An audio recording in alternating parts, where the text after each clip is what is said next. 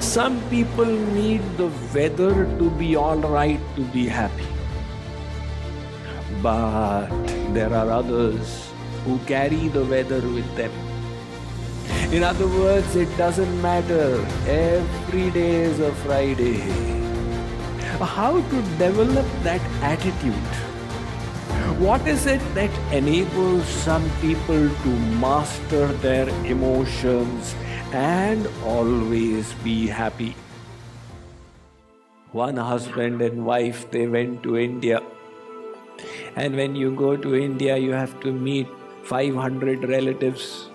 So they are all of different kinds, munde, matir, bhinna. Some of them are very sour in nature. But this wife was keeping on complaining to her husband about her nanad, the husband's fourth cousin sister. Today she said this to me. Today I smiled at her and she did not smile at me. And so on and so forth. Finally, the husband said, "My dear wife, I agree she is not behaving well. You are very right. She should behave better. However, her behavior is not in my hands. And there is nothing that I can do about it. If you want peace of mind, you will have to learn to tolerate that behavior." So what he's saying is that the externals are not in our hands. What do you need to be happy?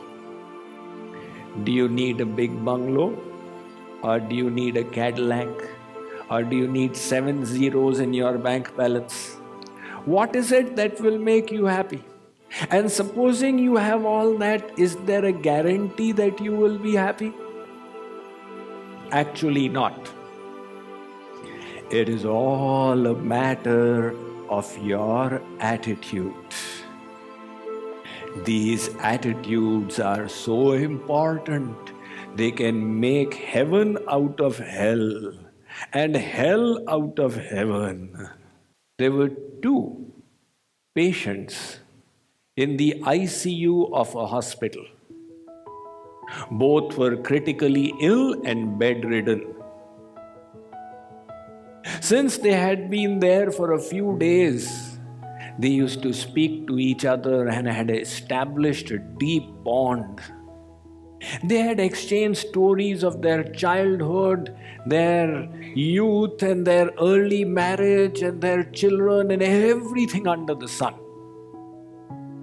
The first patient's bed was close to the only window of that room. For 1 hour he would be made to sit up, and at that time he would look out of the window and describe the wonderful scene that he saw. There was a garden just below. It had a fountain in the center with a pool around.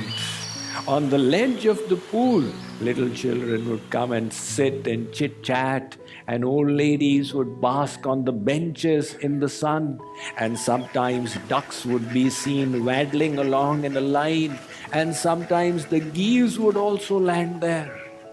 Occasionally he would describe how a procession had come and they had roses in the band along with them. Now when he would describe that, the second patient would become enlivened. It was in such sharp contrast to the dreary hospital environment with its smell of medicines and phenyl and its vision of syringes and bottles and tubes, etc. He used to wait for the 1 hour when his friend would sit up and describe what he saw. However, one day, an evil thought entered his mind. Why does this guy get to have all the fun and not me?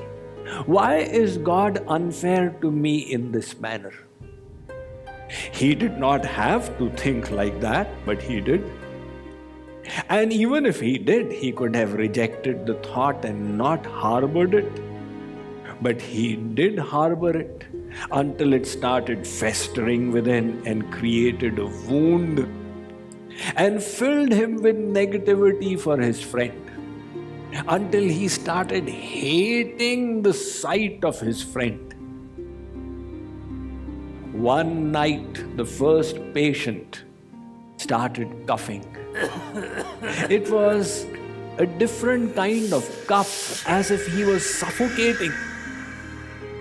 Now, the obvious thing would have been to press the emergency bell. However, either he was in too much of discomfort or he did not think of it. So he kept gasping and suffocating. The second best thing would have been for his friend